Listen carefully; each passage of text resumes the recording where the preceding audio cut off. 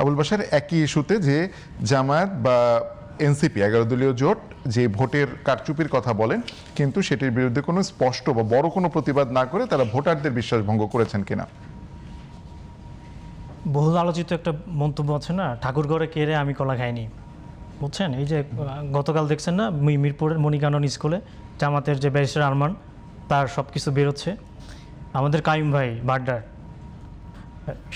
সেও মামলা করেছে, বিএনপির কিন্তু অনেকে মামলা করেছে, হাবিব ভাই থেকে শুরু করে এইভাবে বিএনপির অনেক অভিযোগ আছে যে কাইম ভাইয়ের এখানে যে ঘটনা ঘটছে আমাদের আমিনুল হক মিরপুর এবং মিল্টন ভাই, তাদেরকে তো অনেকে বলে তাদেরকে কোরবানি করা হয়েছে। মানে এটা হচ্ছে মুখরোচক কথা বুঝতে পেরেছেন?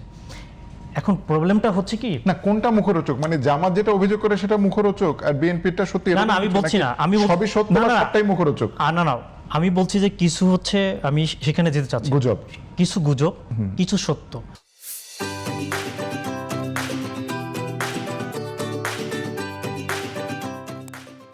কারণ আমাদের দেশের নির্বাচন ব্যবস্থা 100% ফেয়ার হবে, এটা আপনি মানে প্রত্যাশা করেন কি করে?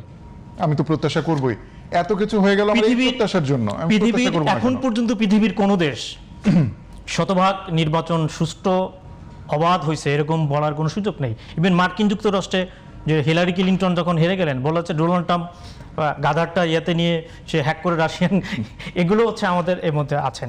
আরেকটা জিনিস হচ্ছে আপনাকে মাথায় রাখতে হবে, আপুদেরই আমি এটা বলবো, অভ্যুত্থান তারা এটাকে মনে করেন যে মানে আমাদের হযরত মুহাম্মদ খাতামুন নবিয়্যিন, মানে এই অভ্যুত্থানের পরে বাংলাদেশে আর কোনো অভ্যুত্থান হবে না, সংবিধান আমাকে এমনভাবে চেঞ্জ করতে হবে এরপরে আর কোনো সংবিধান আর কোনো পরিবর্তন হবে না, এটাই শেষ। এই চিন্তা কি করে আসে? এই অভ্যুত্থান বাংলাদেশে কি শেষ অভ্যুত্থান?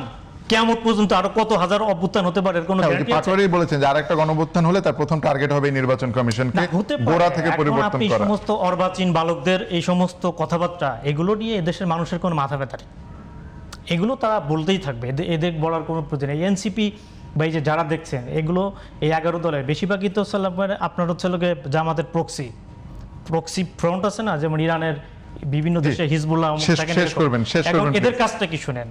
এরা হচ্ছে এই সমস্ত কথা বলে, না না, এদের কথা হচ্ছে এই সমস্ত কথা বলে বাংলাদেশের রাজনৈতিক মাঠ, এই যে সহাবস্থানের কথা বলছে, এই রাজনৈতিক দলগুলি তো শেখ হাসিনাকে বিতাড়িত করার জন্য তারা আন্দোলন সংগ্রাম করেছে, তাদের আচরণের কারণেই আবার শেখ হাসিনা এই তার রাজনৈতিক দল যে আওয়ামী লীগ আছে না, এদের এই সমস্ত কারণে আবার তারা ফিরে আসবে। আপনাকে আজকে বলে গেলাম।